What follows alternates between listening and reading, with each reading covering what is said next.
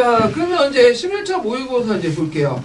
자, 1번 관련된 부분은 이제 조선교육령하고 이 조선교육령 관련된 그 당시 일본의 정책 관련된 부분을 냈거든요. 그래서 조선교육령도 그 예전에 한 부분지 나왔기 때문에 나올 가능성이 되게 많은데, 자, 일단은 조선교육령 관련된 부분들을 여기 있네. 11페이지 풀어보세요.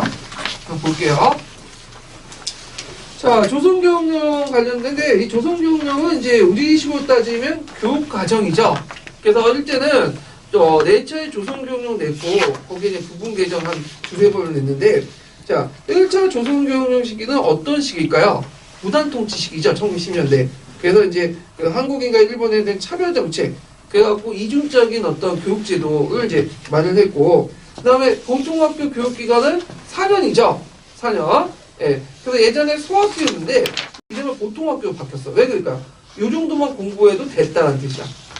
근데 이제 나중에 3.1운동 일어나고 나서 4년에서 몇 년 바뀌죠? 6년 바뀌죠. 이런 것들. 대학은 설치하지 않았다는 거. 자, 역사교육은 보통학교에서 그렇게, 실시하지 않았다는 거야.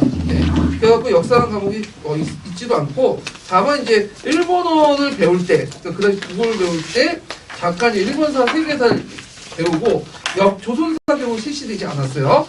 그 다음에 고등보통학교에서는 이제 일본사 2시간, 이렇게, 한국사는 실시되지 않았고, 그러면 언제부터 조선사를 집어넣냐면, 1차 조선교육령 개정이야. 1920년. 그래갖고, 요때 이제 그 보통학교 이수를 4년 6년, 그 다음에 역사교육을 이제 보통학교에 실시했는데, 주로 그 일본사 교재는 심상수학 국사가 있어요. 심상수학 국사.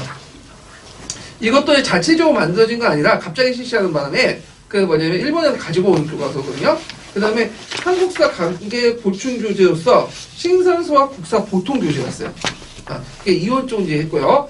근데 이제 2차 조선교육령에서는 한국 조선사를 필수로 했는데 교과서는 통합을 해버렸죠. 그래서 심상수학 국사를 통합을 했다는 거 좀 기억을 해두시면 되고, 자, 그럼 2차 교육령은 이제 뭐와 관련된 건 문화통치 시기와 관련된 거죠. 그래서 요런 부분에 좀 기억을 해주시면 되고, 그 다음에 뒤에 넘어가고 3차 조선교육령. 3차 조선교육령은 예전에 기출문이 나왔어. 자, 이 3차 조선교육령이 실시할 때는 어떤 시기예요? 1번의 대륙심리학 시기죠. 그래갖고 이제 주로 지리와 역사를 연계시키는 과목을 이제 실시를 했고요. 그 다음에 조선을 수의 과목으로, 그 다음에 조선사는 이제 폐지시켰죠. 예, 그래갖고 일본사를 배울 때 조금씩만 언급된 그 정도로 했다는 거. 그 다음에 이제 그 3차 조선교육령 개정이 있죠. 1941년. 자, 이 개정에 좀 기억할 건 뭐냐면, 소학교를 뭘로? 국민학교를 개칭했다. 심상소학교를. 그래서 국민학교 영어를 이제 공부했고요. 그 다음 교과목을 국민과, 체령과, 그 다음에 예능과, 교과목을 도입했다는 거. 그래서 우리는 이제 역사는 어디에 속하죠? 국민과에 속하죠.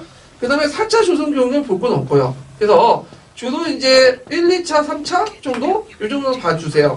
예. 그래서 조선교육령도 이제 물어볼 수 있는 문제니까 기억을 해주시고, 그러면 이제, 관련된 문제들을 이제 풀어볼게요. 자, 여기 보면 이제 전공 B 이제 관련된 문제를 보면요. 자, 일단, 일제가 다음과 같은 조선교육을 발표한 배경을, 말해보고, 자, 이 조선교육에 따라서 한국인들이 다니는 학교명의 변화 내용을 서술해 보시오. 자, 요때 이제 3차 조선교육은 몇 년에 공포했죠? 30년 후반. 1938년에 공포를 했죠. 그래서 이제 여기 보면 배경은 그 당시 중일 전쟁이 시작된 이후 일제는 한반도를 군사 기지화 만들려고 했죠. 그래서 이런 정책을 실시를 했고, 한국 신문화 정책 이런 것들을 이제 쓰시면 되겠죠. 자, 그 다음에 학교 정치 변화. 여기에서 이제 그 3차 조선교육의 특징은 이원화된 시스템을 뭐라고 했다? 내선일치에 입각해서 일어나겠다. 그래서 일본인과 한국에 살고 있는 일본인하고 그 다음에 조선인의 교육체제가 예전에 달랐잖아요. 그것을 맞췄어. 이거는 어디로 맞췄죠? 일본인 교육체제에 맞췄죠. 그래갖고 예전에는 보통학교, 고등보통학교, 전문학교 이런 체제를 신상소학교, 중학교, 대학교로 변화시켰어요. 일어나시켰다. 이렇게 보시면 되겠죠. 그 다음에 요 당시에 그 연맹을 구성을 했는데 요때 만든 연맹은 뭐였냐? 거기에 이제 이것은 이제 뭐와 관련 국민 정신 총동원 운동 조선연맹이야. 그래서 국민 정신 총동법이 있어요. 이건 일본에서 이제 실시한 거거든요. 그래서 이때 이제 일본에서 그 연맹을 만들었어. 그 운동하면서. 근데 그 운동을 만들고 일본 만든 운동의 지부격이 뭐냐면 조선연맹이에요. 예. 이런 것도 보고 거기 말단 조직인데 말단 조직 예국방이죠. 반상의 기원이 됐던 그 예국방과 관련된 내용도 이제 예전에 11년도 기출문에 나왔던 거예요. 그게 예국방이 역할을 쓰다온 거예요. 그래서 일본어 사용, 예금 저금, 그다음 한국신민성사 난도, 그 다음에 그 신사참배, 그 다음에 이제 선사죠 서사가 아니라 부터 수정해 주시고, 자 선사난도,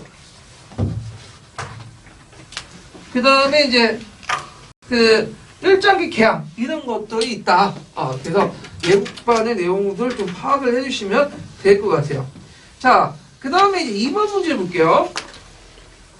자, 2번 문제는 이제 그 뭐와 관련된 거냐면 그 5.16 전변 이후에 이제 한 2년 동안 박정희 중심으로 뭘 실시했죠?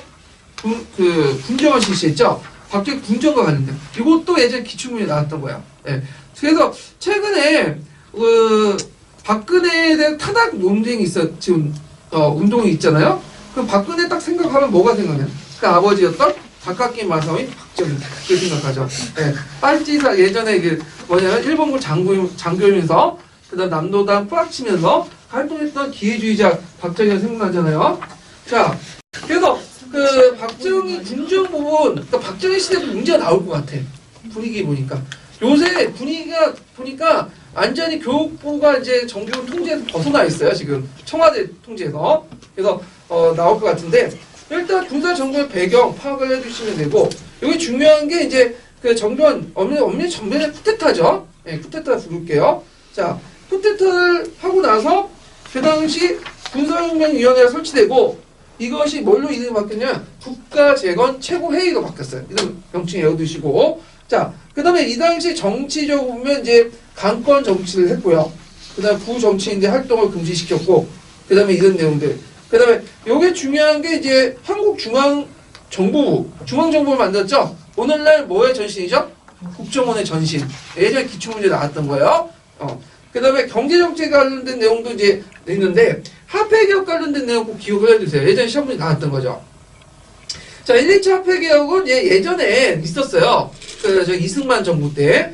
이때는 3차 개혁인데, 배경은 이제 국내 자금을 동원해서 경제 자금을 확보하기 위한 거야. 그래서 예전에는 한을 뭘로 계층했죠? 원으로 계층하는데, 교환을 해줄 때 부등가 교환이야.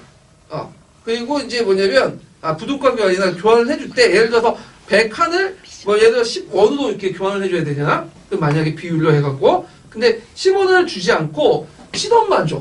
그리고 3원은 계좌를 만들어 강제로 저축을 시켜요. 그리고 그 돈을 가지고 경제 개발을 하겠다. 자, 이런 걸로 했는데, 문제는 이게 그 과정에서 일단 통화량이 어떻게 될까요? 늘어나요? 축소돼요? 축소되죠. 그럼 뭐가 일어나죠? 디플레이션. 오히려 이제 그 디플레이션이 일어남으로써 경제가 마비가 되는 거야. 유통경제가 경색이 되고, 기업 가동률이 저하되고, 생산 위축이 일어나고, 등등 하니까, 이제 국내적으로 비판이 나오고, 이거 사회주의 정책 아니냐. 방공을 내세우면서 사회주의 정책 한다. 이런 이제 논란이 일어난 거죠. 그래갖고, 안 되겠다, 이걸 폐지시키고, 그리고 이제 국내 자금보다 뭘로 이제 하냐면, 해외 자금으로 하려고. 해외에서 돈을 빌려서 하려고 했는데, 문제는 우리나라 그 당시 농업국가였고, 저개발 국가다 보니까 돈 안 빌려줘. 국제시장에서, 금융시장에서. 그러다 보니까 이제 어떤 식으로 확보했죠? 한일 국가 회담을 통해서 청구권을 해갖고, 거기에 독립축하금이나 명목을 받았고, 그 다음에 월남 파병에서, 젊은이들 이제 피를 흘린 거 받았고, 그 다음에 거기에 또 뭐가 나오냐, 강상 개발 있죠. 강산 노동자하고, 그 다음에 독일의 뭘 파견했죠? 간호사. 예, 국제시장. 국제시장도 이게 문제가 있는 영화인데, 하여튼, 그런 식으로 했다. 예. 그래갖고 이제 한일국병, 월남파병, 그 다음 국제시장이 소재가 되었던 강산 노동자하고, 그 다음에 그 뭐냐면 그 간호사들 이제 돈을 가지고 경제 개발. 그러니까 박정희가 경제를 부흥시킨 게 아니라 실제 누가 부흥시킨 거죠? 전 국민이 한 거야. 예. 예. 박정희는 이름만 거둬두고. 그럼 박정희가 이제 원래 초창기 때 그 경제 정책 실패했어요. 그래서 미국이 이제 간섭하고 막 그런 건데. 하여튼 뭐 그거가 얘기는 할 필요 없는데. 자, 하여튼 이런 내용도 좀 기억을 해두시고. 민정 2년 과정에서 이제 대통령 주시와 단원제 국회헌법을 만든 다음에 민주공화당을 만들죠. 그래가지고 윤보선을 누르고 그때 1.5% 차이를 이겼어요. 그래서 간신히 이기고 이제 당선이 됐다. 이렇게 이제 보시면 되겠죠. 자, 그래서 이제 있고 그러면 2번 문제를 풀어볼게요. 자, 2번 문제는 뭐냐면 보면 자, 다음 가와 나에 들어갈 말을 쓰고 기획에 일으킨 정쟁을 일으킨 배경을 두 가지로 말해보시오. 그리고 니은의 경제적 부작용을 말해보시오. 자, 요게 가에 들어간 건 뭐죠? 국가 최고 재건회의 이렇게 쓰시면 되고, 그 다음에 나에 들어갈 것은 뭐죠? 요거는 중앙정부부 이렇게 쓰시면 돼요. 중앙정부부. 그 다음에 여기에서 이제 배경은 아까 이제 그 했던 거 4.19 혁명 이후에 이어진 민간천의 평화통일운동, 장려정 내각의 군비 축소에 의한 일부 군인들 불만 이런 것들이 있다. 그 다음에 이제 부작용 아까 말했던 통화 개혁의 부작용이죠. 시중통화량의 급속한 축소로 디플레이션 유발하여 유통경제가 그 경색되고 기업 가동력 저하 생산성 위축이 이제 실패했다. 이런 것들 좀 기억을 해두시면 될 것 같아요. 그래서 요거는 13년 기출 관련돼서 시험 문제 나왔던 거예요. 자, 그 다음 네. 교과서에 국가 재건체회의라고 돼요. 아, 그래요? 네. 그러면 제가 틀렸네요. 네, 선서 보충 자료에는 그렇게 나와 있어요. 아, 그래요? 네. 그러면 고쳐주세요. 네. 네. 최고회의가 국가 재건 최고회의. 네. 아유, 이거 틀리면 안 돼, 지금. 그래서 그 지문 안에 맨 네. 밑에 민주공화당이죠? 국이 아니라. 어디요? 지문 맨 밑에. 맨 밑에. 비밀리에 민주. 민주공화국은 아니죠. 아니죠. 네. 제가 오타예요. 이것도 훔칠게요. 이때 우리나라가 만들어진 건 아니니까. 네. 자, 언제 만들어졌죠? 우리나라는? 네, 대한민국은? 대한민국 임시정부 때 1919년에 만들어진 거예요. 1948년에 만들어진 게 아니라. 예. 자, 이렇게 이제 기억을 해주시면 되고요. 그 다음에 거기 이제 3번을 이제 볼게요. 3번. 자, 중소유럽의 어떤 수원 현장이다. 가에 이제 들어갈 말을 쓰고 이 수원장의 수원 재산과 인사권과 관련된 내용을 세 가지를 서술해 보시오. 그리고 밑줄집 베네티투스 개헌을 말해보고 이 수원 개헌들 배경을 기술해 보시오. 이거는 이제 뭐와 관련된 거냐? 크로니스톤이에요. 네, 크로니스톤인데 크로니스톤의 헌장이죠. 여기 주요 내용은 뭐냐면 그 이제 정치 권력가들이 그 스톤이나 교회 간섭을 하지 마라. 크로니스톤은 자체적으로 인사권 행사하고 자체 이제 수도사들이 모여서 수도원장 뽑고 그 다음에 너희들 뭐 땅을 기부하는 건 좋다. 근데 그 기부를 대가로 해서 우리 문제에 참견하지 말라는 거야. 순수한 목적으로 이제 기부를 해라. 이런 내용들인데 그러면 이제 그 관련된 이제 내용들을 이제 볼게요. 자, 15페이지 펴보세요. 수도원 개혁운동. 자, 수도원 개혁운동의 수도원 탄생 배경이 있는데 자, 일단 그리스교 학대나 세속화의 반발. 예. 그 다음에 이제 서방 수도원인데 원래는 수도원은 그 유럽에서 처음 만들어진 건 아니에요. 이집트에서 처음 만들어진 건데 이제 유럽은 학대됐는데 그 이탈리아의 그 몬테카시노 수도원이 처음에 이제 성립됐고 그때 이제 수도원에서 내려왔던 게 그 외워두셔야 되죠. 청빈, 정숙, 복종. 그 수능 예문으로서는 좀 많이 나와 예. 그래서 있고 그 중에 대표적인 이제 수도원이 크로니스톤이죠. 이 크로니스톤은 그 당시에 그 세속 권력이 교황과 사제를 선출하고 성직자 혼인이나 선진 매매 이런 것들 교회 부정부패에 반대해서 나타나는 그 수도원인데 그 크로니스톤을 따르는 수도원들이 많아져. 그래서 이걸 중심으로 해갖고 이제 일종의 교회 개혁의 중심지 역할을 했다. 그리고 그때 이제 그 크로니스톤 출신자 중에 개혁적인 교황들이 많이 나왔는데 그 대표적인 사람이 누구냐면 레오 9세요. 네, 그래서 레오 9세 주요 내용들 보면 그 이제 고위 성직자 노마교회 추기경을 임명하고, 그러니까 성직자 임명권을 세속군 주가 아니라 교회에서 자체적으로 하겠다. 그 교황의 입법권, 사법권을 확대시키고, 그 다음에 문제가 됐던 성직자 혼인과 성직 매매 이런 것들 금지하는 입법을 마련하죠. 그래서 이제 점점 이제 개혁의 기반을 마련했고, 이것을 이제 나중에 계승하는 사람이 누구죠? 예, 그레고리 7세죠. 그래서 그레고리 7세와 하임 4세가 싸운 게 누구예요? 무슨 사건이에요? 카도사 구역, 그걸 연결시켜서 여기 보시면 되겠죠. 그래서 크로니 스톤 개혁 관련된 내용은 시험에 나왔어요. 그래서 파악을 해두시면 될 것 같아요. 그래서 거기에 이제 들어갈 내용 크로니, 현장 내용 그 내용을 좀 기억을 해두시고, 그다음 그 계율 외워두셔야 되겠죠. 베티스 계율 천빈, 그다음에 천빈이 두 개네. 천빈이 복종이죠, 복종. 네, 붙이시고 순결 이렇게 있고. 자, 이 스톤의 개혁운동 배경을 이제 보면 여기 보면 이제 이 스톤 하니까 이게 좀 잘못된 것 같아. 잘못된 베네티스 스톤 관련된 이걸 가스톤 운동의 개혁운동 이렇게 써주세요. 네, 주체가 명확하기 위해서 가 있죠. 예. 그래서 이제 배경은 교회의 세속화 성직자 기강이 붕괴되어 성직자 혼인과 성직 매매가 성행이 있대요. 여기 쓰시면 돼요. 예. 그래서 성직 매매, 교회 세속화, 그 다음에 성직자 매매, 그러니까 성직자 혼인, 요거 세 개 키워드 가지고 이제 쓰시면 되고요. 자, 그 다음에 이제 4번을 이제 보죠. 4번. 자, 4번은 이제 뭐와 관련된 거냐면 서한 사건을 관련돼요. 서한 사건. 네. 그리고 이제 요때 이제 나와 관련된 그 내용은 요거 이제 서한 사건 영향 이제 제2차 국공확장 관련된 것에 대해서 이제 공산당의 조치 관련 그 내용들인데, 자, 그러면 이제 서한 사건도 예전에 시험문이 나왔던 거죠. 예, 요 예전에 나왔던 문제인데, 자, 이거 보충 페이지 잠깐 몇 페이지 펴보시냐면 16페이지 잠깐 펴보세요. 서한 사건 관련돼서. 자, 서한 사건 몇 년에 일어났어요? 1936년. 서한 사건 배경 이제 꼭 기억을 해주셔야겠죠? 전국 전역, 중국 전역이나 한국 지역의 항일론이 형성됐고요.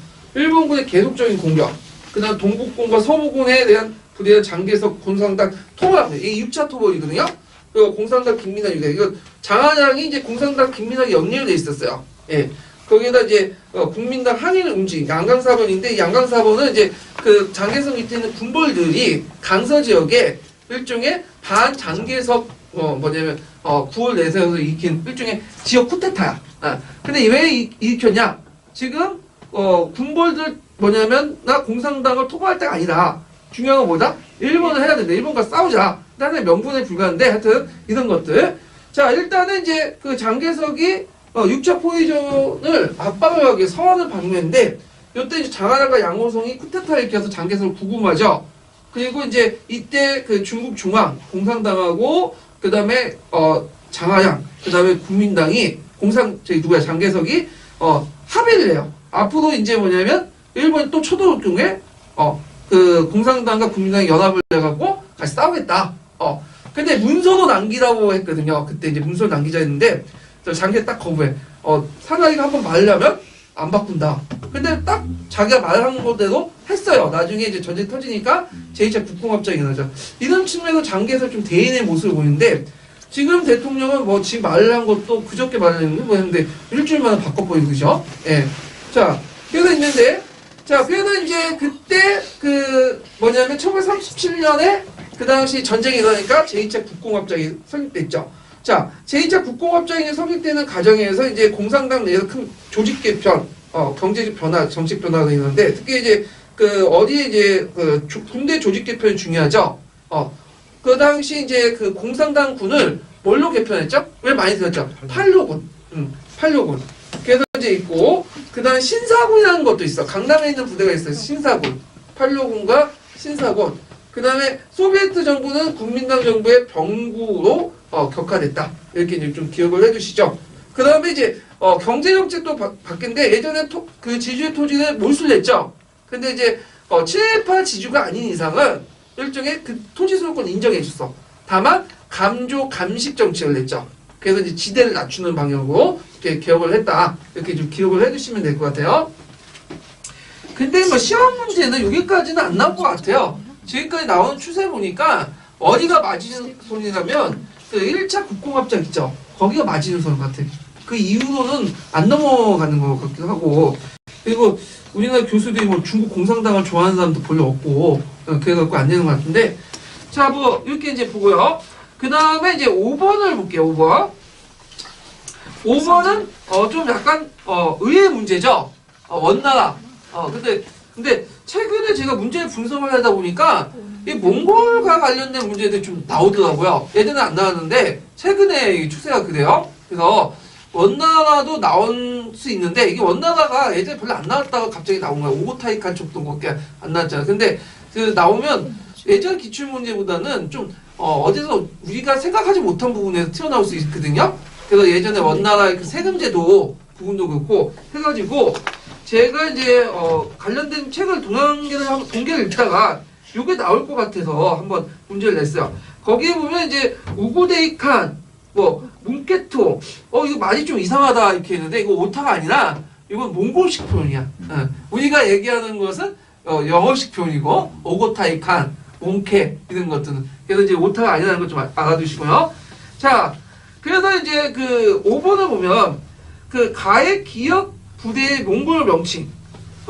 이거 이제 못 쓰는 분도 없겠죠? 예, 이거 뭐라고 써야 돼요? 캐시. 그래서 친위대. 그래갖고 보통 천호제와 천호장하고 만호제의 자제들을 뽑아가지고 이렇게 이제 하잖아요. 그래서 이들에게 이제 친위군으로 이렇게 형성하고 우대해주면서 일종의 인질 부대죠. 이렇게 캐시 이렇게 좀 기억을 해두시면 되고 그 다음에 이제 그 아이에부케 인물과 싸움의 승리에서 황제가 된 사람 누구죠? 뭐 어려운 건 없죠? 누구죠? 쿠비나이 칸. 쿠비나이 칸은 이제 아이부케가 이제 동생이고 쿠비나이 칸이 형이죠. 근데 뭐 때문에 했냐면 그 전에 황제가 누구였어요? 몽케였는데 그 몽케가 이제 전쟁하다가 어떻게 돼요? 뭐냐면 남성 치다가 대포 맞아 죽잖아요. 그리고 나서 이제 그 후에 두 명이 싸웠는데 누가 이겨? 쿠비나이 칸이 이기죠. 예, 이런 것도 이제 보시면 되고 그리고 가사료에서 볼 수 있듯이 몽골족이 정복 전쟁 계속 한 게 뭐냐? 이제 몽골족의 정복 사업을 좀 가족 사업이에요. 그래갖고 이제 코이타를 열어가지고 어느 지역을 점령하겠다. 계획을 세워놓고 또 점령하고 그걸 또 나눠먹고 이런 식으로 하는 거야. 그러니까 세 칸이 즉위하면 제일 먼저 한 게 뭐냐면 코이타를 열어가지고 어느 지역을 공격할 것인가. 그리고 이걸 어떻게 배분할 것인가. 일종 가족 사업의 일종이었다. 이렇게 이제 연결시켜서 이제 보시면 될 것 같아요. 그래서 정복 사업을 얻은 정복주의 분봉이 징기스칸 일종의 약탈물 분배 형식으로 이루어졌기 때문에. 그런데 왜 분열됐냐? 그건 뭐냐면 그 분봉이라는 자체가 배타적 소유권을 전제한 거죠. 그러다 보니까 이제 나누는 과정에서 지방 분권화가 촉진되고 중앙 집권이 역행하는 결과가 일어났다. 그러니까 몽골족들이 땅을 너무 많은 걸 차지했잖아. 그러다 보니까 이제 지금처럼 정보통신이 발달하지 못했던 사회에서 그 넓은 토지 땅들을 한 황제가 통치한다? 있을 수 없는 거지. 그 지역만 또 사정이 다르고. 그리고 그래갖고 그러다 보니까 싸움이 일어나고 그 과정에서 상한국이 분열되고 또 그 쿠비나이 칸 원나라 안에서도 또 계속 반란이 일어나요. 예, 나양 같은 사람들 반란을 일으키고 등등 있는데 자, 뭐 이런 것들은 이제 좀 보시면 돼요. 어려운 건 아니야. 그냥 동계 정도 차분하게 한 한두 번 읽어보면 이해할 수 있는 부분이야. 이런 것들은요. 자, 그 다음에 6번. 6번도 이제 생소한 부분이에요. 이거는 이제 기출에 안 나왔던 부분인데 다만 이제 예전에 그 19세기 문화사조 중에 사실주의, 자유주의와 관련 에미졸라 있죠? 그 에미졸라 관련된 이제 문제인데 그렇죠. 프랑스에서는 사회에서는 되게 중요한 부분이죠. 그건 유명한 뭐와 관련된 거죠? 드레푸시 사건이죠. 제3공화국 때. 그러면 그 프랑스 제3공화국을 좀 볼게요. 16페이지. 자, 프랑스 제3공화국 언제 성립됐어요? 보궐전쟁 이후에 성립됐죠? 제2 제정이 몰락한 후에. 근데 원래 이제 상공화국을 성립하는 과정에서 이제 여러 가지 문제점이 있는데, 왜냐면 이 당시에는 그 공화파들이 우세가 아니었어요. 뭐가요? 왕당파들. 그래서 불공파하고 오공파 대립을 했는데, 양쪽에서 견말이 안 되니까 타협적으로 뭐가 된 거야? 어부지로. 공화파들 유결 들어가고 공화국이 수립된 거죠. 그래서 이제 삼공화국의 헌법이 만들어지고 이제 했는데, 그러다 보니까 상공화국은 상당히 권력 자체가 뭐야? 위기의식에 빠져있는 거야. 왜냐면 그 권력 자체가 그 공화파들이 강력하지 못해. 권고하지 못하다 보니까 거기에 왕당파 세력들이 되게 강했거든요. 그 왕당파 세력들은 어디에 축을 이제 그 가지고 권력 기반을 했냐면 한쪽 군부, 그다음 또 한쪽은 카톨릭. 근데 교회 세력들이 영향력이 강했던 이유가 프랑스는 어떤 사람들이죠? 프랑스민들은 카톨릭 많이 믿잖아. 그러다 보니까 이제 두 개 양축을 해서 그 어떻게 하면 공화파들을 뒤엎으려고 했어요. 그래서 이 공화주의자들은 이제 이 공화국을 지키기 위해서 여러 가지 노력을 했는데, 자, 이때 이제 상공화국을 이제 뒤엎은 사건들이 몇 개 일어나요. 그래서 부에젠 장군의 쿠데타가 이거 사건인데, 이 부에젠 장군은 이제 국민 영웅이었고, 왕당파들이 부에젠 장군을 이용해갖고, 예사함을 쿠데타를 해갖고, 일으키게 해서, 왕국, 널 왕을 세우겠다. 근데 이 부에젠 장군이 좀 소심했어. 걔가 어디로 도망갔냐면, 벨기에로 도망갔어. 그래서 자기 예전에 여자친구의 무덤에서 자살을 했어요. 예. 그래서 이제 넘어갔고, 그 다음에 이게 좀 눈여겨볼 게 드레푸시 사건인데, 이게 결정판이야. 예. 드레푸시라는 사람은 어떤 사람이죠? 유대인이죠? 근데 이 유대인 드레푸시 대위가, 첩보 행위를 했다. 그래갖고, 프랑스군의 정보를 누구한테 갖다 팔았다? 독일한테 갖다 팔았다는 거야.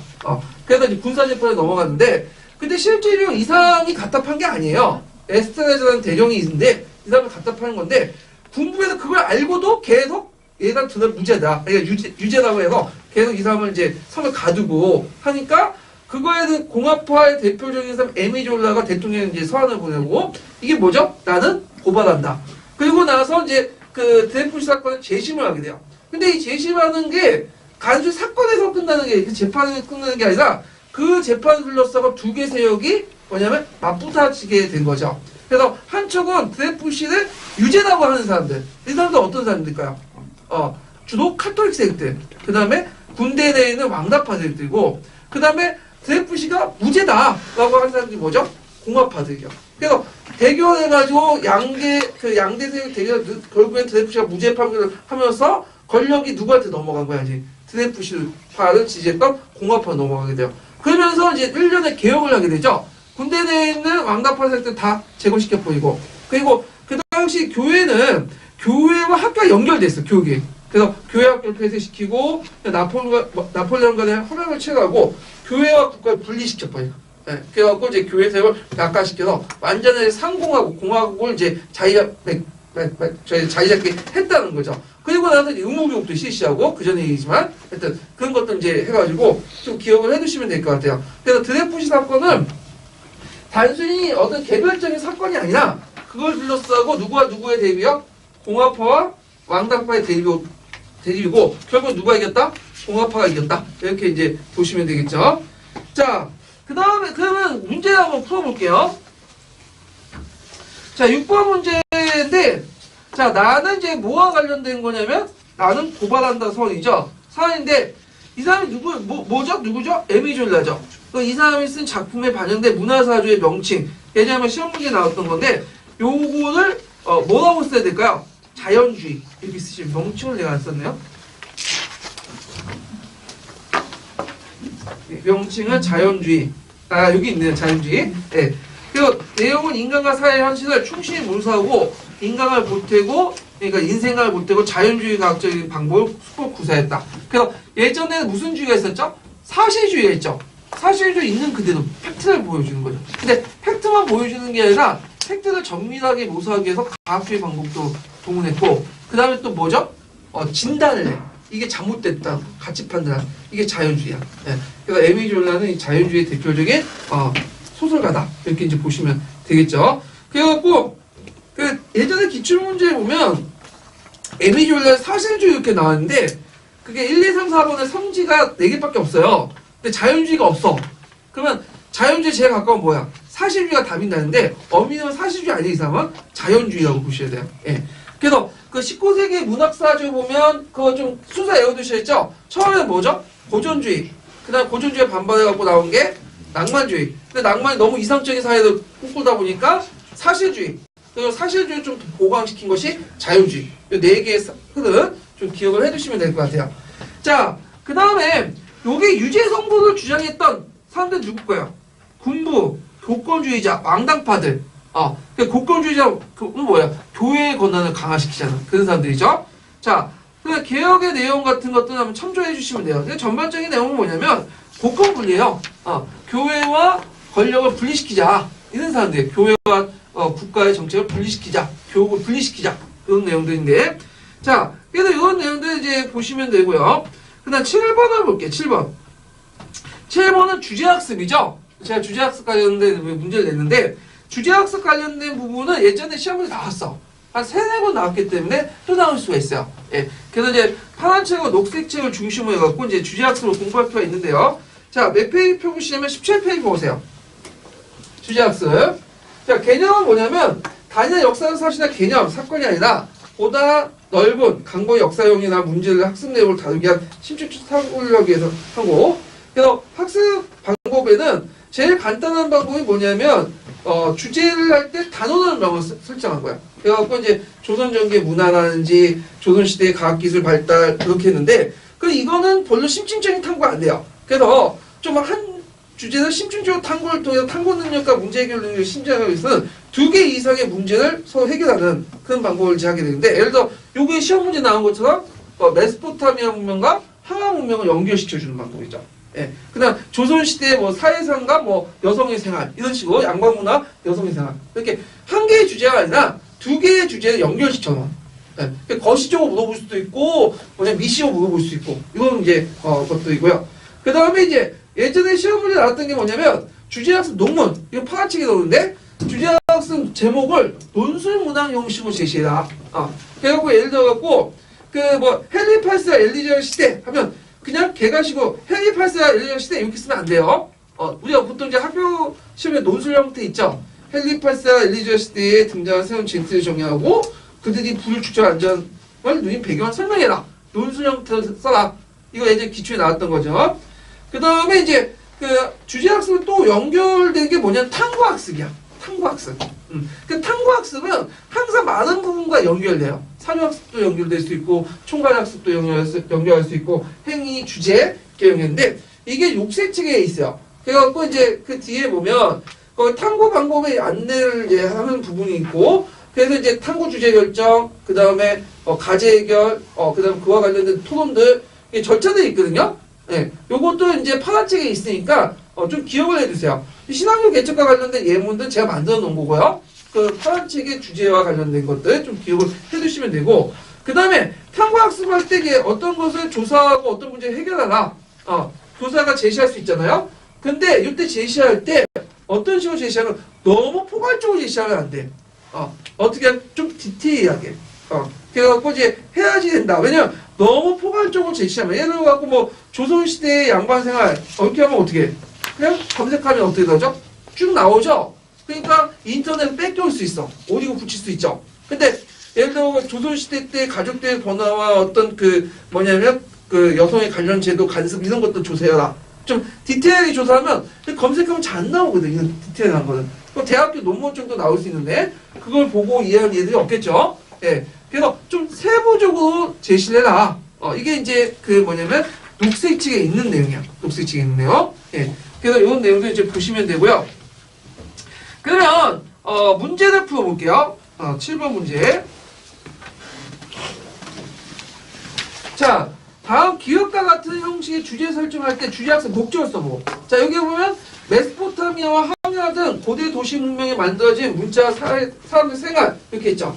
여기는 한 가지 주제가 아니죠. 지금 단원명을 가지고 간단하게 낸 게 아니라 2가지 주제를 연결시켰잖아요. 그러면 아까 얘기한 2가지 주제를 같이 연결시켜 주는 것은 뭐의 능력을 신장시킬 수 있냐? 자, 역사 사고력 측면에서 얘기하면 한 주제에 대한 심층적 탐구를 통해 탐구 능력과 문제 해결 능력을 문제 해결 능력과 문제 해결 능력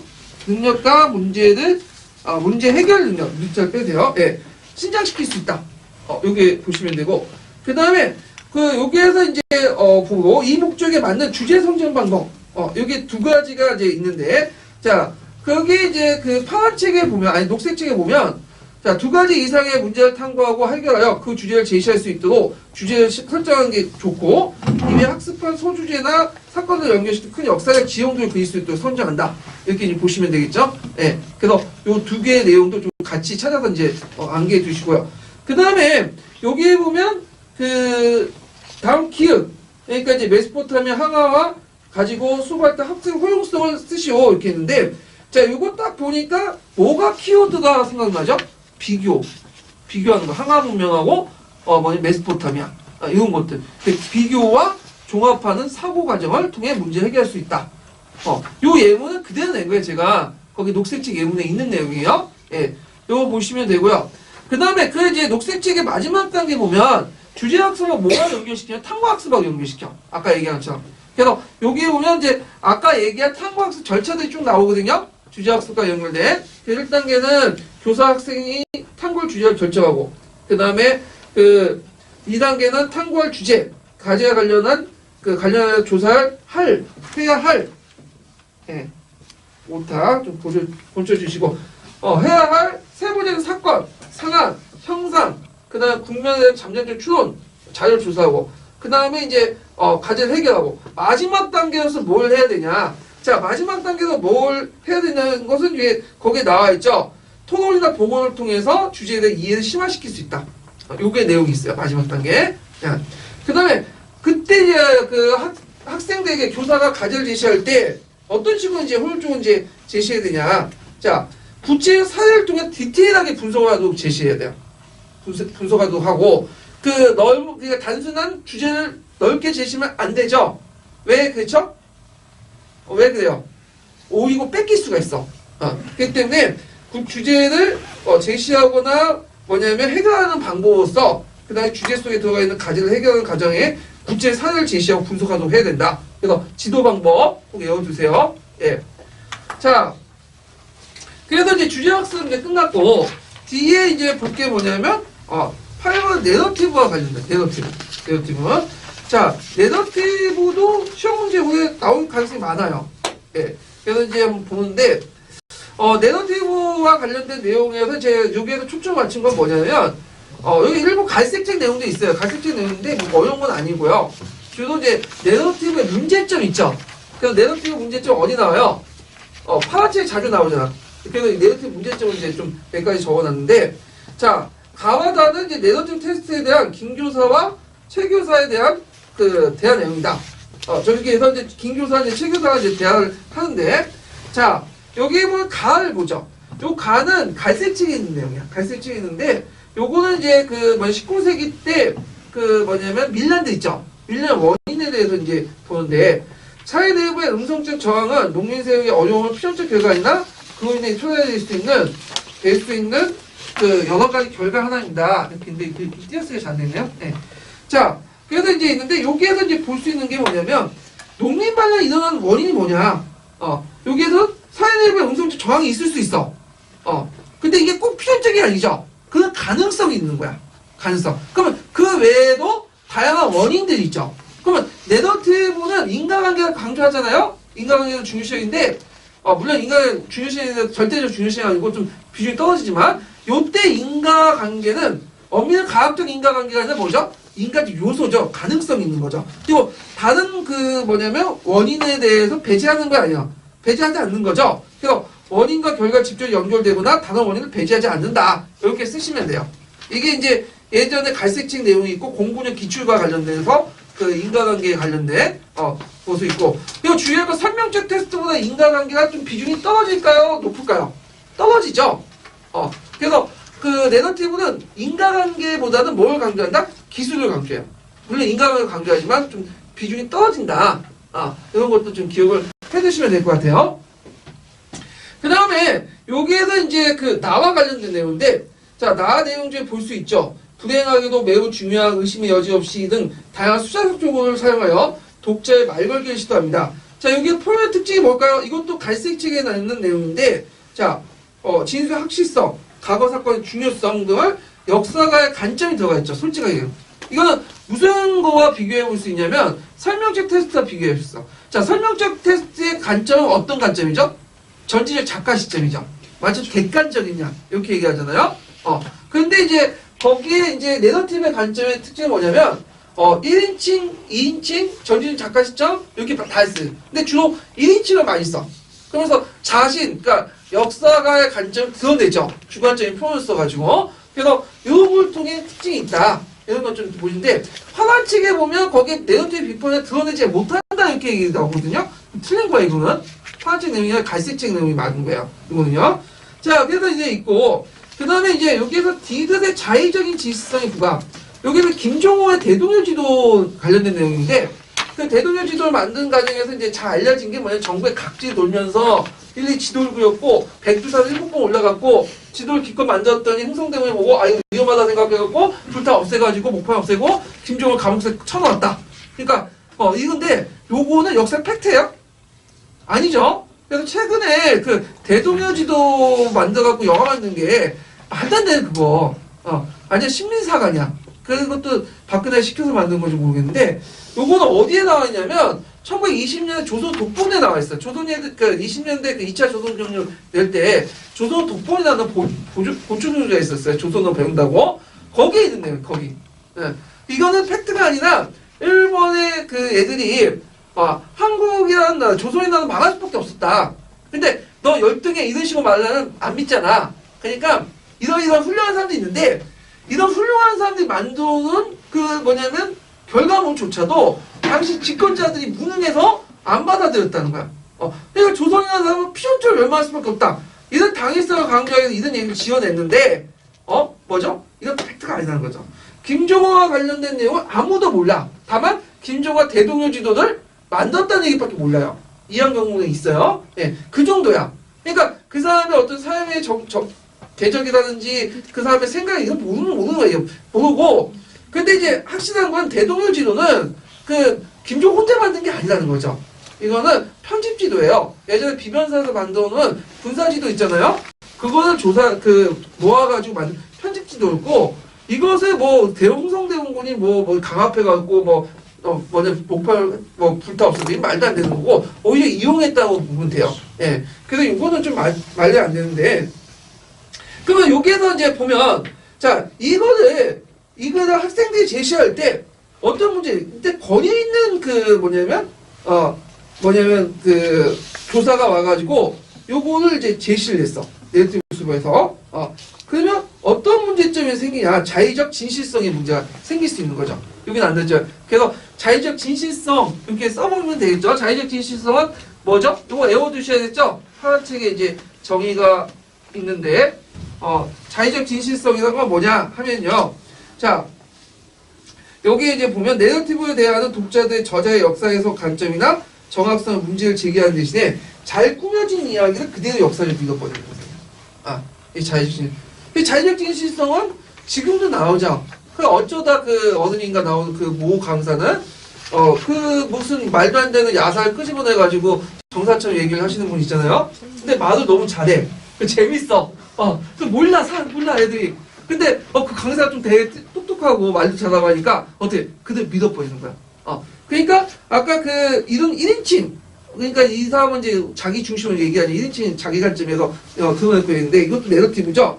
그러니까 보니까 이 자의적 진실을 생긴 원인이 뭐냐면 이게 권위 있는 내용 말하기 때문에 그대로 믿어버리는 거야. 비판적으로 아니고 그 역사의 팩트처럼 받아들이는 거죠. 예. 그래서 내러티브는 특징이 뭐냐면 1인칭 자기 자신을 내세우기 때문에 하자의 관점을 내세우기 때문에 그 양극단의 모습이 있어요. 한쪽에서는 그 하자가 진실성이 있으면 또 권위가 있으면 그러니까 이게 진실성과 권위는 그렇게 믿어지는 거야. 그래서 실제 그런 게 아니라 그러면 어제 무비판적으로 받아지는 거죠. 그래서 우리가 김구가 던지는 얘기는 다 받아들이잖아. 근데 이제 문제는 그 내러티브 또 한다면 이 하자가 진실성 없어. 그럼 뭐죠? 콩을 매주 쓴다고 안 믿는 거죠. 우리가 박근혜가 지금 말을 하는데 우리 믿어요? 안 믿죠? 똑같은 거야. 똑같은 거. 그래서 이 내러티브는 그 다양한 반응을 이끌어낼 수 있지만 또 한편은 너무 그 하자의 권위에 따라서 믿기도 하고 안 믿기도 해요. 이런 문제점이 일어난다는 거죠. 자, 그래서 이런 내용들 좀 기억을 해주시면 되고 그래서 자의적 진실성의 부각. 그 다음에 또 하나가 뭐냐면 이제 여기 그 외에도 내러티브 테스트의 문제점은 이데올로기적 성격이 있고 이거는 파란책에 있는 내용이야. 왜 이데올로기적 성격이 있냐? 왜냐하면 이제 특정 문화의 집단의 중요성에 따라 사건 살아가는 욕구에서 비롯된 것으로 필요적 합법성, 정당성, 권위와 관점이 부합되기 때문에 이데올로기성이 있다는 거죠. 그래갖고 이제 내러티브의 대표적인 300 있죠. 300에 보면 여기 딱 나오죠. 오리엔트, 그러니까 이란이나 페르시아보다는 열등하고 그리스는 뛰어나다. 그래서 그리스가 이겼다. 그러면 이게 내러티브 상황은 드러나 있지 않지만 이 내러티브 구조를 통해서 알게 되는 거지. 그래서 어떤 중심의 사가 되어 있어요? 서양 중심적 사가 쓰여 있는 거죠. 그래서 이제 이런 측면에 서양 중심의 이데올기가 반영되어 있는 거죠. 자, 요런 것들 그래서 있고 그 다음에 이제 미은의 의미 공산적 꾸미라는 건데 이 공산적 꾸미는 좀 생소하신 분이 있을 거예요. 이거는 파란 책이 없고 남색 책의 그 앞부분의 내러티브 부분에 있어요. 그래서 이제 공산적 꾸미라는 것은 정확하지 않는 개념과 공상을 역사적 사실과 뒤섞여 버리는 거, 뒤섞여 버리는 형상을 말한다. 그러니까 역사적 사실과 공상을 같이 하는 판타지. 그러니까 우리가 오늘 대중들이 자주 접하는 역사 소설이나 드라마, 영화에서 그게 많이 보이는 거죠. 이게 사실을 기반했는데 100% 팩트는 아니에요. 일종의 판타지 요소가 많죠. 특히 드라마 같은 경우에는 극적인 요소들이 많죠. 근데 역사상의 극적인 요소들이 그렇게 많지가 않거든요. 예. 그리고 심지어 조선시대에 쓰여진 그 기록물조차도 되게 판타지 극적인 요소들이 많아. 그래서 마치 사실처럼 생각하는 것들이 많죠. 대표적인 게 이제 뭐냐면 항원차사 같은, 항원차사 역사 사실 아니에요. 그리고 그 정도전하고 뭐 이방원이 뭐 하여가와 단신가 불렸다. 그래서 우리가 그 사실적 얘기가 하는데 그거는 조선시대 때 만들어진 얘기죠. 예, 이런 것들은 좀 기억을 해두시면 되고. 자, 그 다음에 그 고려할 점. 자, 내러티브는 우리가 이제 녹색지에 뭐와 연결되냐면 이야기 수업과 연결돼. 이야기 수업과 내러티브와 이제 연결되는데 요때 이야기 수업과 할 때 고려할 점 세 가지가 녹색책에 있어요. 이게 좀 약간 생소하지만 딱딱 첫째, 둘째, 셋째 여기 떨어지거든요. 외워두세요. 자, 고려할 점 첫 번째가 뭐냐? 자, 그 사건과 관련된 모순된 자료의 해석을 하나의 이야기 속에 어떻게 담을 것인지 고민해야 된다. 자, 이야기 속에 전달하는 메시지를 어떻게 담을 것인지 고민해야 된다. 그 사건에 대한 이야기 속에 부각된 정서 정의적 측면을 비판적으로 이해할 수 있는 장치가 마련하다. 그래서 우리가 이제 이 정서적 정의적 측면을 비판적으로 마련한 것이 뭐냐? 그래서 그것을 제시한 게 뭐냐면 잠깐 몇 페이지 보시냐면 보충 자료에 보시면 19페이지가 있어요. 19페이지. 자, 내러티브 보면 아까 말했죠. 내러티브의 문제점이 뭐였죠?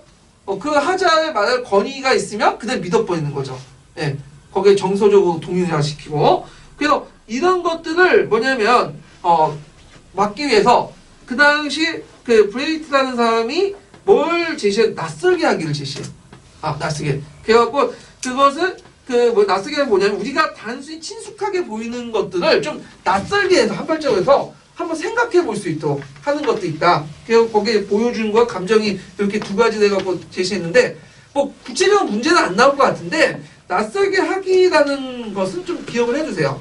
예, 원래 연극 이론인데 이제 역사에 도입된 거거든요. 그래서 연극 같은 경우에는 뮤지컬 보면 막 연기하는 사람, 특히 연기하는 사람이 잡생이고 똑똑하고 그 다음에 호감 있게 생기면 예쁘면 어떻게? 그럼 뭐 믿잖아요. 예. 그래서 정유아처럼 생기면 막 안 믿지만 김연아처럼 생기면 우리가 다 믿잖아. 예. 근데 예쁘고 잘생기고 말 잘한다 해서 진실을 말하는 거 아니야. 그렇죠? 근데 믿어. 그래서 이거 보다 보면 거기 빠져들어. 그 사람 입장에서. 그래서 이게 연기라는 것을 좀 한계시키기 위해서 중간중간 내레이션을 놓고 내레이션을 말을 하고 중간에 이제 연기 같은 무대 장치 같은 것 좀 보여주고 줄 같은 것 좀 보여주고 그래서 사람들 보면서 이것은 연기다라는 것을 좀 알게 되죠. 그래서 우리가 친숙한 걸 좀 뭐냐면 객관적으로 한 발 물러나서 볼 수 있는 그런 장치들을 두게 되는데 이거 낯설게 하기라고 이제 연극 이론에서 얘기하거든요. 그 이론을 어디에 도입한 거죠? 역사학에 도입을 한 거야. 역사학에. 그래서 좀 감정이입을 내러티브를 할 때 그 빠져드는 동일시형, 자의적 진실의 부과나 이런 것들을 좀 더 객관적으로 파악할 수 있다. 이렇게 이제 기억을 해주시면 되겠죠. 자, 뭐 이렇게 이제 기억을 해주시면 되고요. 자, 그 다음에 이제 뒤에 넘어가서 요게 이제 제가 요거 내러티브 문제점만 좀 얘기했는데 특징하고 그 전에 시간에도 몇 번 언급을 했어요. 내러티브에서 내러티브의 어떤 장점이라는 거 그 얘기도 했으니까 내러티브 장점도 외워두세요. 네 가지 있죠? 예. 그리고 파란 책하고 녹색 책이 있으니까 찾아서 외워두시고요. 그 다음에 뒤에 이제 문제를 이제 볼게요. 자, 보너스 문제 보죠. 보너스 문제.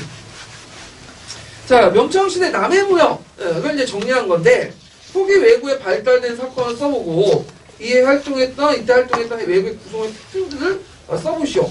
공행사인데 의물 두 가지를 쓰시오. 해갖고 있는데, 명청시대 때에 이제 그 남해무역에 대해서 저번 시간에 한번 얘기를 했죠. 그래서 제가 도표를 이제 간단히 만들었는데, 그 남해정치 명락 때까지 이제 청초까지, 무슨 시기였죠? 해금령이야. 해금령. 그래서 이제 그 초창기 때는 초창기 때 명나라 해금 정책을 했지만 이 명나라 해금 정책이 중기 때 느슨해져요. 네. 그래서 이제 청나라 때 초창기 때 느슨한 해금 정책을 보시면 돼요. 그럼 명나라 중기 때부터 밀무역이 변성이 되고 후기 왜구가 등장하죠. 후기 왜구가 등장 계기가 된 사건이 뭐죠? 영파의 난이죠. 영파의 난 예전에 시험 문제 나왔고 그 다음에 후기 왜구의 특징은 구성원에서 볼 수 있는데 어떤 사람들이 주로 많냐면 가해들이 많아. 진해보다. 그러니까 진해 일본인보다 가해 중국인들이 밀무역하면서 이제 상인들이 밀무역하면서 뭐죠? 장사하다 강군이 들어오면 뭐야? 훈도시차고 머리 밀고 해가지고 싸우는 거.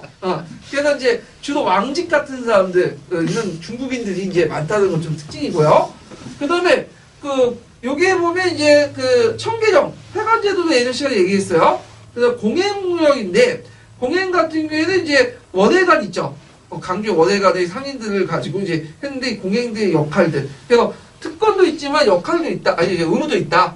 세금도 걷고 그 다음에 거기에 이상들 서양 상인들 관리하고 그 책임도 지고 그 역할도 동시에 한다는 거죠. 공행도 관련된 문제가 예전에 시험에 나왔던 거예요. 근데 주의할 것은 공행무역이 청나라 처음부터 끝까지 다 지속된 거 아니에요. 잠깐 실시한 거예요. 이것도 권룡제 말기 때 실시한 제도인데 언제 끝났죠? 아편전쟁이 끝난 거죠. 예, 요것도. 자, 그 다음에 이제 있고 4번은 이제 뭐와 관련된 거냐면 고조선과 관련된 고조선. 그래서 고조선인데 제가 이제 요번에 들어간 단은 그러니까 들은 거예요. 저도 그냥 팩트가 아니라 들은 거죠. 찌라시인데 이분이 이제 뭐 고조선인데 고조선하고 뭐 부여사가 그걸 전공했고 그 다음에 뭐 고조선의 이동 문제 중심지 이동선에 관련된 거 이렇게 얘기를 한 것 같은데 거기 이제 보면 유적분포도를 볼 수 알 수 있는 역사 사실 뭐냐. 자, 보통 고조선 중심지에 관련된 설은 세 가지가 있죠. 요령설, 평형설, 이동설. 근데 이제 학계의 통론은 이동설이에요. 그래갖고 이제 그걸 알 수 있는 게 문헌학적 증거와 그 다음에 고고학적 증거 이렇게 이제 볼 수 있는데 고고학적 증거로서 제시한 것이 뭐냐? 비파형동과 세형동곰의 이동 분포도죠. 자, 세형동곰은 비파형동곰을 조용한 동곰이죠. 예, 후대 동곰인데 비파형동곰이 되게 9세기 때 8, 9세기 때 대능왕 유적지에 막 해요. 대능왕 것은 보통 이제 요동과 요하를 가는 강이 어떤 성이죠? 어떤 강이에요? 예? 요하. 요하죠. 근데 요하 옆에 있는 강이 대능하야. 그래서 대능하 주변에 비파형 동곰들이 집중돼 있어요. 그러니까 이 비파형 동곰이라는 거는 철기와 달리 동곰이라는 것 자체는 뭐예요? 특정한 집단들이 소유한 거죠. 그 당시에는 왜냐면 청동기 기술이 널리 확산되지 못했고 청동기 제도 청동기 재료가 되는 아연이나 이런 것들이 많지가 않아요. 주석이나. 예. 그래서 이제 특정 집단들이 거기 비파형 동곰 특정 지역에 나왔다는 건 그 지역을 장악한 중심 세력이 어디에 있다는 거예요. 그 지역에 있다는 거죠. 그래서 처음엔 대능하였는데 그걸 조용으로 하고 있는 세형동곰이 이건 중국식 영향을 받은 좀 많은 동곰인데 어디에 집중되는 청천강 이남 지역에 분포돼 있죠. 4세기 이후부터는. 그러면 우리는 어떻게 했어요? 고조선의 중심지가 어디서 어디로 이동했다? 대능하에서 청천강 이남, 특히 대동강 유역으로 이동했다. 이렇게 이제 볼 수가 있죠. 그러면 그걸 뒷받침할 수 있는 문헌학적 기록도 있죠. 거기에 중국의 역사학 책에 보면 그 당시 누가 쳐도와? 징계가 쳐도, 징계. 연나라 장수 징계가 그다음 조선왕이 건방져가지고 쳐도와가지고 그다음에 만번환을 이제 건계로 했다. 그래서 학교가 만번환이 어디냐 가지고 또 뭐냐면 여러 가지 의견이 있는데 우리는 그걸 다 필요 없고 여기서 알 수 있는 것은 중심지가 어디 이동했다? 요동 지역에서 어느 지역으로 저쪽 대동강 지역으로 이동을 했다. 이렇게 이제 볼 수가 있는 거죠. 자, 그래서 이제 이런 내용들 이제 좀 기억을 해두시면 되고요.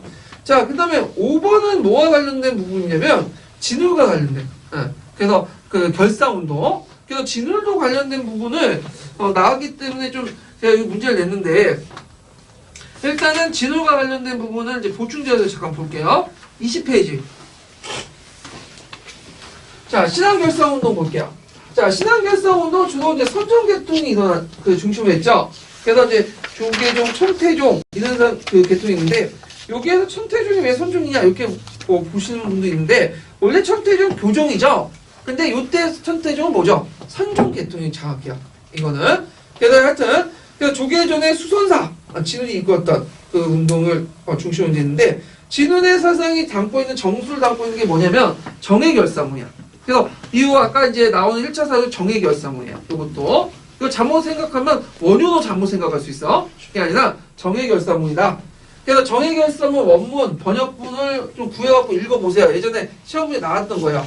그래서 그 정해결사문에 있고 그다음 진훈의 수행 방법에서 이제 볼 수 있는 게 정해쌍수와 도노점수죠. 쉽죠? 예전에 거기나 어디 나왔냐 공사기출이 나왔던 거예요. 예. 그래서 정해쌍수와 도노점수는 교종 통합적인 사고방식이 있어요. 수행 방식에. 그래서 정해쌍은 정은 뭐예요? 참선, 해는, 지혜.